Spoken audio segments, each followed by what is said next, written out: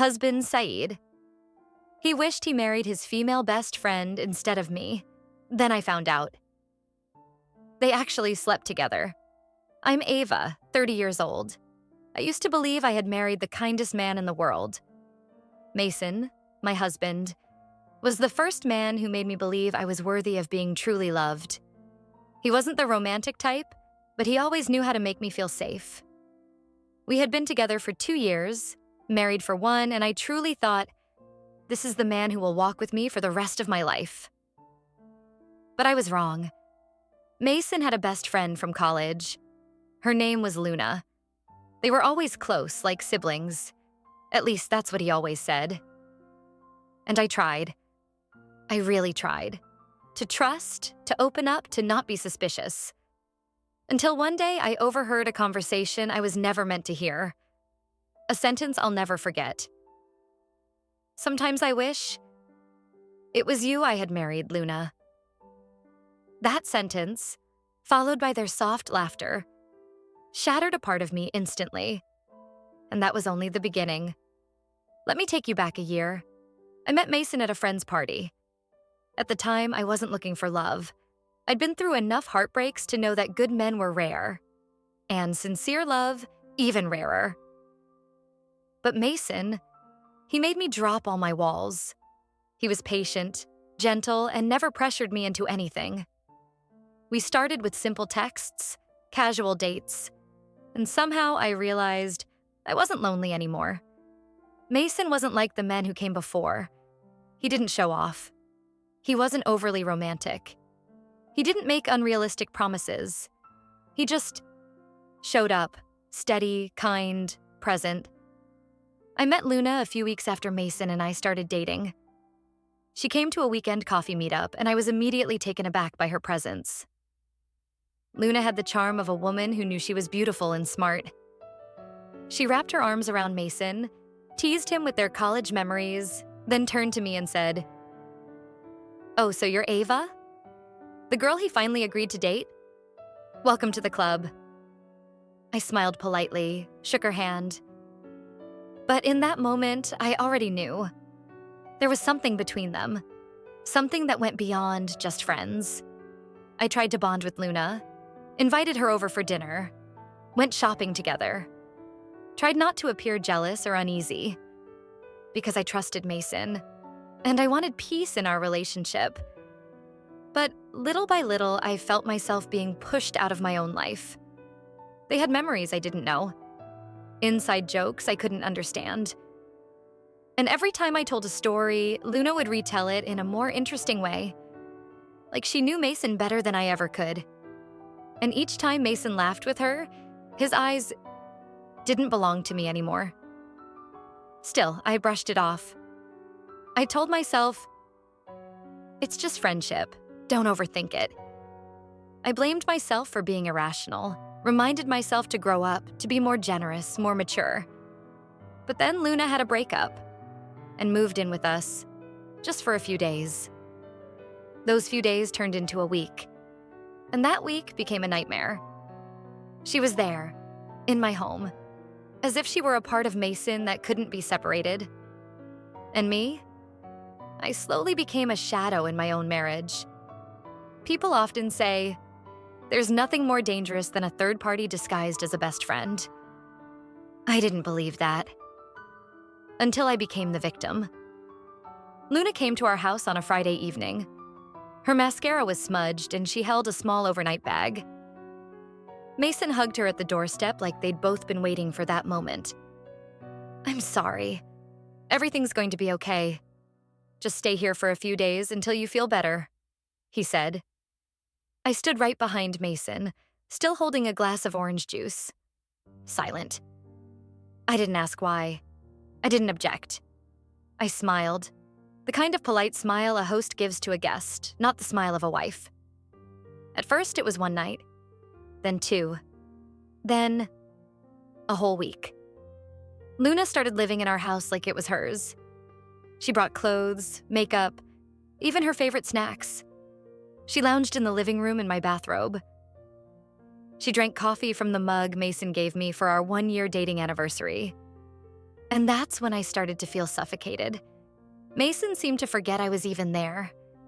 He was always by Luna's side, buying her medicine, cooking soup, putting on movies she liked. I remember wishing he had taken care of me like that. Like that one time I had a fever for 3 days and he was too busy on a business trip to check in.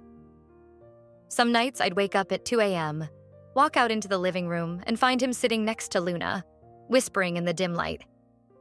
When they saw me, they stopped talking, turning toward me with those fake, apologetic expressions. "You can't sleep?" Mason asked. I forced a smile. "It's fine. You two go ahead and keep talking." But deep down, I knew. It had been a long time since he last talked to me like that. I started having doubts, but I had no proof. And in my head, the same question kept playing on repeat. Am I just being irrationally jealous? I tried to reclaim my space in the house. I made dinner, wore the dress Mason once said I looked beautiful in, but instead of noticing, he said, "Could you cook something lighter?" Luna's not feeling well. Too much grease upsets her stomach. I nodded, and my heart cracked a little more. Then came that day. I came home earlier than usual after a meeting got canceled. It was raining. The streets were quiet. All I wanted was to get out of my clothes and rest for a bit. When I opened the door, the living room was empty. No TV, no voices, just silence. I slowly walked toward the bedroom. The door was slightly ajar. Through the gap, I saw Mason sitting on the bed, and Luna lying on her side facing him. They weren't touching. They weren't kissing. But the way they looked at each other, and the words they spoke, that was enough to kill something inside me. "You know," Mason said, "sometimes I wish you were the one I married." Silence.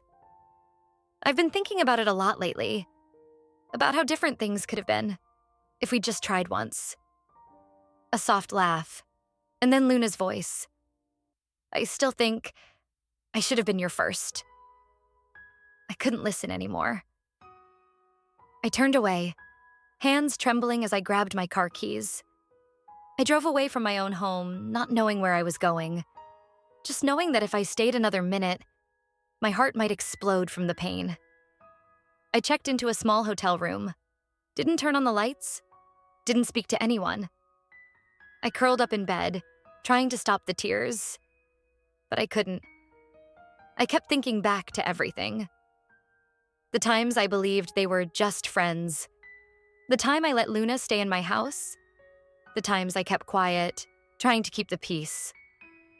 And now, all I had left was a broken marriage and a shattered heart. I stayed in the hotel for 3 straight days, barely leaving the room. I didn't eat. I didn't sleep. I just lay there, staring at the ceiling, trying to understand what was happening to my life.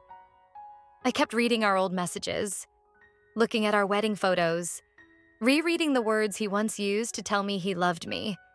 And I kept asking myself, how can someone say they love you and still whisper those sweet words to another woman right after? I turned off my phone, blocked Mason, blocked Luna, blocked all our mutual friends because I didn't want advice from anyone. I didn't need to hear, "Calm down," or maybe it wasn't intentional, because I knew the truth. They had a choice, and they chose to hurt me. On the 4th day, I received a message from an unknown number. It was Mason, texting me from a friend's phone I had forgotten to block. "I know you heard everything. You left the door open when you walked out.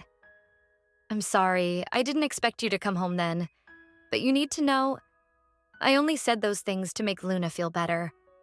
I never intended to leave you. Please come home. Let's talk." I read that message over and over again. I wanted to believe it. I truly did. But then I remembered the way Mason looked at Luna that day, the way they laughed together. And I remembered myself, standing silently behind the door, completely breaking inside. I replied with just one sentence. "You don't need to explain. I'm not coming back." and I turned my phone off again. That night, I began drafting the divorce papers. I didn't sign them yet, but typing out every word made me feel just a little bit lighter. I thought to myself, maybe this is the moment I stop being the understanding wife. Stop being the woman who always forgives, who always gives in, who always stays silent. I had given too much. So much that even I didn't recognize myself anymore. The next morning, I went back home to gather my things. I chose midday, hoping Mason wouldn't be there. But as soon as I turned into the driveway, I saw his car parked out front. And right next to it was Luna's car. I didn't know what hurt more. The fact that they were together again so soon after I'd left, or that Mason had lied when he said Luna had moved out. I didn't knock. I didn't ring the bell. I simply turned my car around and drove away without looking back. That night, I moved into a friend's place. She welcomed me with a tight hug. Didn't ask too many questions. Didn't offer empty advice. She just said one thing. You didn't deserve that.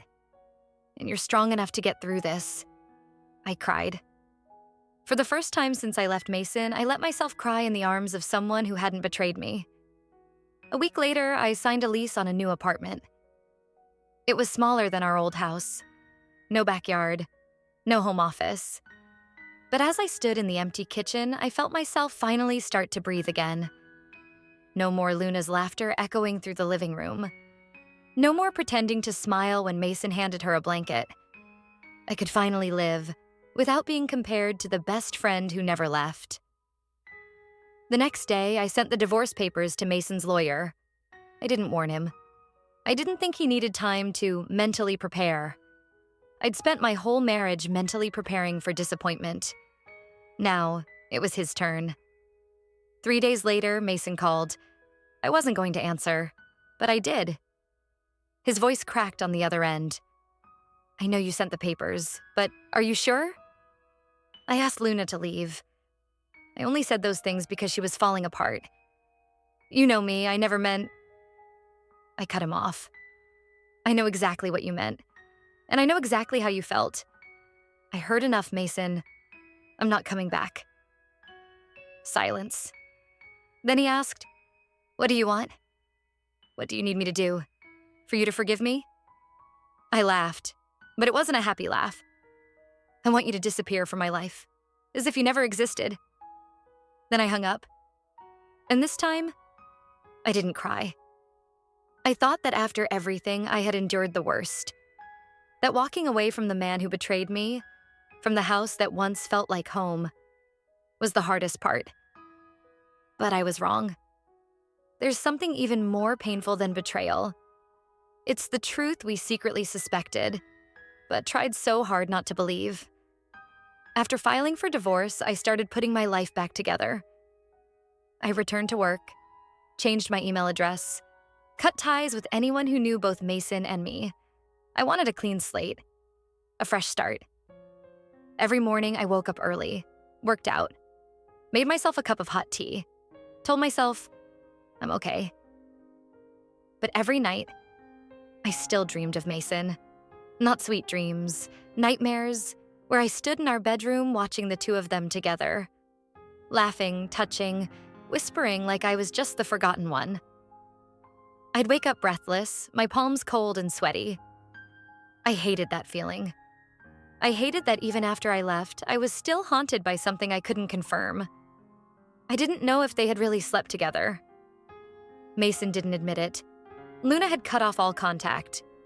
I kept telling myself, maybe it was just emotional. Maybe they never crossed that final line.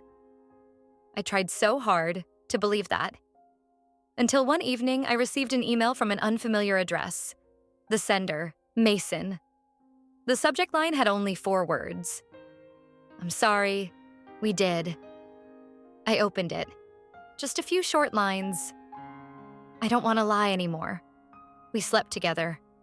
Just once, after you left the house. We were drunk.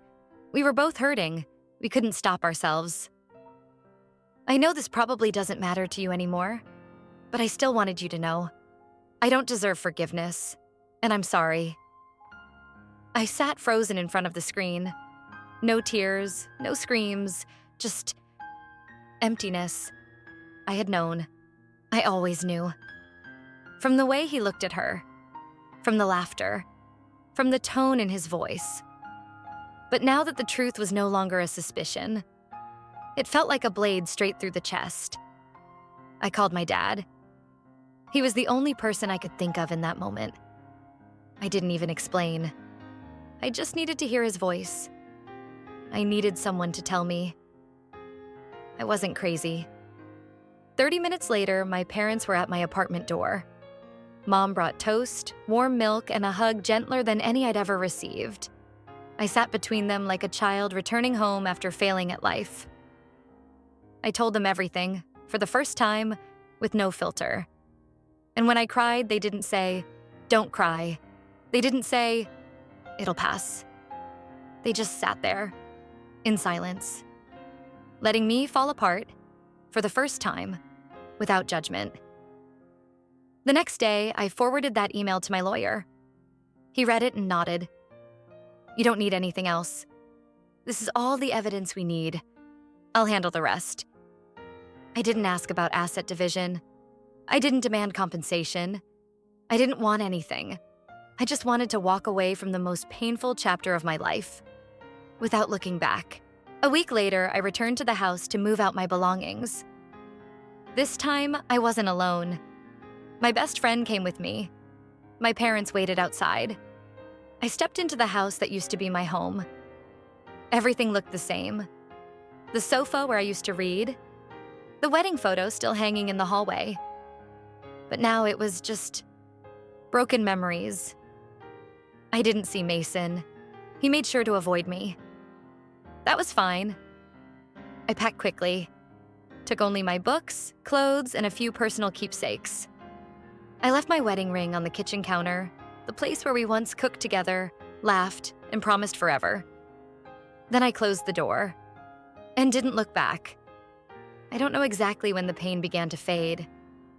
Maybe it was that morning, standing in my new apartment, sunlight streaming through the small window. And for the first time, I found comfort in the silence. Or maybe it was when I looked in the mirror, saw the thinner face, the tired eyes, but also eyes that looked clearer than ever, no longer heavy, no longer hurting.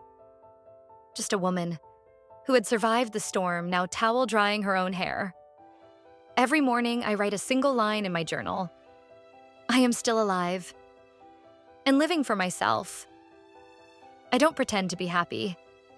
I don't post photos pretending to be strong. I allow myself to feel sadness, but I do not allow myself to stop moving forward. I started learning how to be alone, drinking coffee by myself, walking the park on weekends by myself, buying flowers just because I found them beautiful, not for anyone else. I learned to love myself, without needing anyone's permission. Mason called again. Once. I didn't answer. He didn't text. Maybe he wanted to apologize. Maybe he wanted to explain. But I had already walked too far. So far that I no longer needed to hear anything else. I used to want answers. Why Luna? Why behind my back? Why betray a love I protected with everything I had? But now, I don't search for explanations anymore. Not because I've forgiven him, but because I don't need a reason to move on. I returned to work, saw old colleagues again. They said I had changed. "You're quieter now, but your eyes, they shine brighter," my old manager said. I just smiled. I didn't explain. No one knew what I had gone through, and I didn't want them to. Because I didn't want to be the woman whose husband cheated. I wanted to be Ava, the woman who chose to leave, instead of staying and waiting to be pitied. One evening, I received a message from an unknown number. It was Luna. "I know you hate me. I'm sorry, I didn't mean for it to happen. I never thought things would go this far." I read it, then deleted it. Not because I forgave her, but because I didn't want her words existing in my phone for even one more second. I used to think forgiveness meant acceptance, meant forgetting, But now I understand. True forgiveness is when you no longer allow the people who hurt you to live in your mind rent-free. I haven't forgotten, but I've stopped caring. One autumn afternoon, I sat alone in the park. The wind was soft. The leaves were falling. Strangers passed by, not knowing the wreckage I had survived. I smiled, not for any reason in particular, just because I felt peace. If you're listening to this story and you've ever been betrayed, ever been treated like the backup plan, ever felt like the only one fighting to keep a relationship alive, please remember this. You don't deserve to be loved half-heartedly. You deserve a love that doesn't make you doubt yourself. And you are fully allowed to walk away from a relationship, even when your heart still loves. Just to hold on to yourself. I did it. And I believe you can too. Thank you for listening to my story. This is her side of the story, where we share not to complain, but to reclaim our strength. If you've ever gone through something similar, leave a comment. We are not alone. We are a community of survivors, learning to live beautifully again. See you in the next story.